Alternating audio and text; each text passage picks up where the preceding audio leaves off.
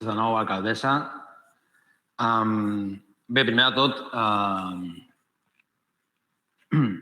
esperem que aquestes persones, que si tot va bé, demà tornaran a retrobar-se amb les seves famílies, que sigui una bona retrobada, que tinguin una bona revetlla de Sant Joan. Els hi desitgem el millor.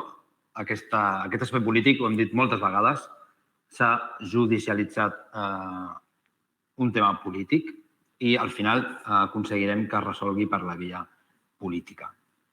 L'indult que avui signem és una eina política, és una eina que està a l'abast de la correlació de forces i que és producte del diàleg.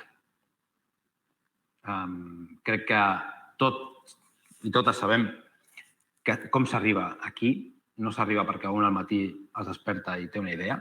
Hi ha molt de diàleg, hi ha moltes converses per mig, negociacions. D'això va fer política, no de passar-se les coses per el forro.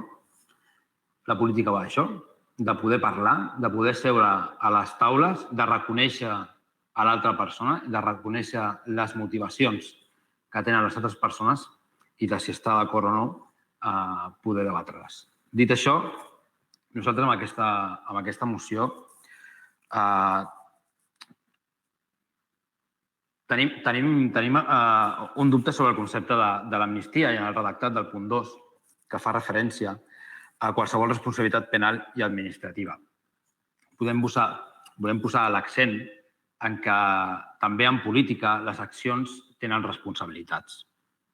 I estarem d'acord en que el delicte de sedició no hauria d'haver estat una d'aquestes responsabilitats. I per això també s'està treballant en que aquest delicte de sedició que està al Codi Penal quedi anul·lat i que estigui anul·lat també amb efectes retroactius. Això hauria també d'ajudar a moltes altres persones encausades en aquesta situació. Creiem que l'indult és una eina que podem estar d'acord o no que sigui un pedaç. Crec que no és el cas. Crec que és una oportunitat de poder tornar a aquest espai polític. Crec que és una oportunitat que davant el diàleg aquells que posin més pals a les rodes quedaran retratats.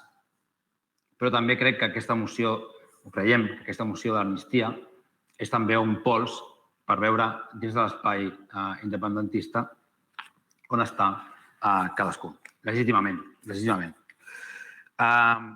Sense obviar i sense treure càrrega, sobretot emocional, als actes de l'1 d'octubre i a tot el procés judicial, del judici del procés,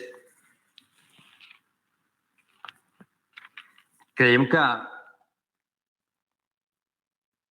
aquesta llei d'amnistia, si ha d'arribar des de moments de diàleg previs. Crec que estem en el camí.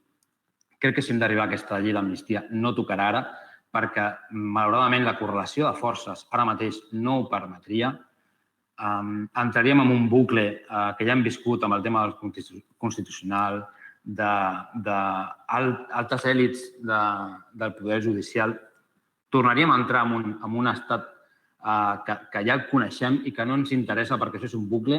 Hem d'avançar, podem arribar i si s'ha d'arribar, no seré jo qui digui si sí o si no, però si s'ha d'arribar, hem d'arribar amb les garanties que qualsevol altre delicte que no siguin de llibertats d'expressió o com el que diem, que esperem que quedi anul·lat de sedició, siguin un ordre i estiguin dins d'un ordre que és el que ens cal. I només un apunt, perquè a vegades ens deixem portar per les expressions que fem servir. M'agradaria posar en valor el no comparar aquesta llei d'amnistia amb la del 77. Tenim a vegades aquests impulsos i quan parles amb persones que han estat molt properes a aquells moments s'ha de reconèixer que aquell context no té res a veure amb el d'ara. Ho dic perquè a vegades les paraules que fem servir per identificar a certes persones que han patit una situació que lamentem moltíssim arran de l'1 d'octubre, doncs també té conseqüències en la narrativa i en l'històric d'un moment, el 77 i el 78, que no té comparació.